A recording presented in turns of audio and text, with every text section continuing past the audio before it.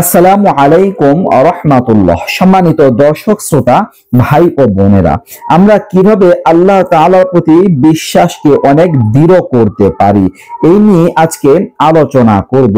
Wise করনী রহমতুল্লাহি আলাই, আমরা অনেকেই তার নাম শুনেছি। তিনি একজন তাবিঈ ছিলেন, প্রসিদ্ধ তাবিঈ। তার মা অসুস্থ থাকার কারণে তিনি রাসূল সাল্লাল্লাহু আলাইহি ওয়াসাল্লামের সময়ের একজন মানুষ হওয়া সত্ত্বেও রাসূল সাল্লাল্লাহু আলাইহি ওয়াসাল্লামকে স্বচক্ষে দেখতে পারেন নাই। ওয়াস করনী সম্পর্কে মহান আল্লাহ আমাদের নবী সাল্লাল্লাহু আলাইহি ওয়াসাল্লামকে ওহীর মাধ্যমে জানিয়েছেন যে ইয়েমেনে একজন লোক আছে যার নাম ওয়াস করনী, তার মা অসুস্থ, সে আপনাকে অনেক ভালোবাসে, আপনাকে অনেক মহব্বত করে এবং কি আমার অনেক পাগল, আমার অনেক বড় একজন আবেদ, কিন্তু সে আসতে পারে না কারণ তার মা অসুস্থ। তিনি মায়ের সেবা শুশ্রূষা করতেন বিধায় যেতে পারেন নাই। তো ওয়াস করনী রহমতুল্লাহি আলাইহি যিনি একজন প্রখ্যাত তাবি, বিশিষ্ট তাবিঈ, তো তিনি একবার এক ব্যক্তিকে বলতেছেন, আল্লাহ তাআলার প্রতি তোমার পূর্ণ বিশ্বাস যতদিন পর্যন্ত না হবে ততদিন পর্যন্ত তুমি আসমান জমিনের সমান ইবাদত করিলেও তাহা কবুল হইবে না। আল্লাহ তাআলার প্রতি তোমার বিশ্বাস যদি পূর্ণ না হয়, ভালোভাবে না হয়, পূর্ণাঙ্গ বিশ্বাস না হলে তাহলে তুমি আসমান জমিনের সমপরিমাণ ইবাদত করলেও কোনো কাজে আসবে না, আল্লাহ তাআলা গ্রহণ করবেন না।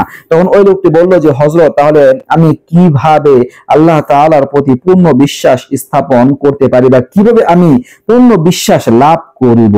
তখন তিনি বললেন, তোমার নিকট যাহা আছে তাহাতে তৃপ্ত থাকিলে, তোমার কাছে যা আছে তাহা তৃপ্ত থাকিলে অধিক লাভের চিন্তা হতে মুক্ত থাকবে। অধিক লাভ করতে হবে এই চিন্তা যেন তোমার মনে না আসে। এইরকমটা হলে তুমি আল্লাহ তাআলার ইবাদতের জন্য সম্পূর্ণরূপে বাধামুক্ত থাকিতে পারিবে।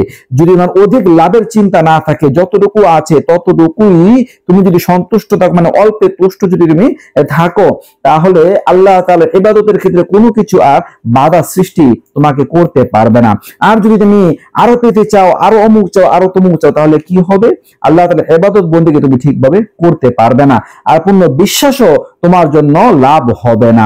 আল্লাহ তাআলার প্রতি পূর্ণ বিশ্বাসটা তোমার তখনই থাকবে, মনে করতে হবে, যখন তুমি অল্পে তুষ্ট থাকতে পারবে। যতটুকুই এই তোমার কাছে আছে ততটুকুই তুমি যখন সন্তুষ্ট থাকতে পারবে, তার মানে তুমি আল্লাহ তাআলার প্রতি প্রকৃতপক্ষে বিশ্বাস স্থাপন করো, তার প্রতি ভরসা রাখো। তো আশা করি বুঝতে পারছেন।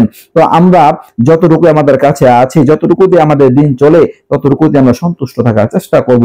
আল্লাহ তাআলার ইবাদত বন্দেগী করতে যতটুকু আমার জন্য আসবাবপত্রের সামানার সহায় হয়, ততটুকুতে আমরা সন্তুষ্ট থাকতে পারলে আমাদের আখিরাতের জিন্দেগি অনেক সুন্দর হবে। তো দর্শক, এই ছিল আলোচনা। আরো ভিডিও পেতে সবাই পাশে থাকুন। এই পর্যন্তই। আসসালামু আলাইকুম ওয়া রাহমাতুল্লাহ।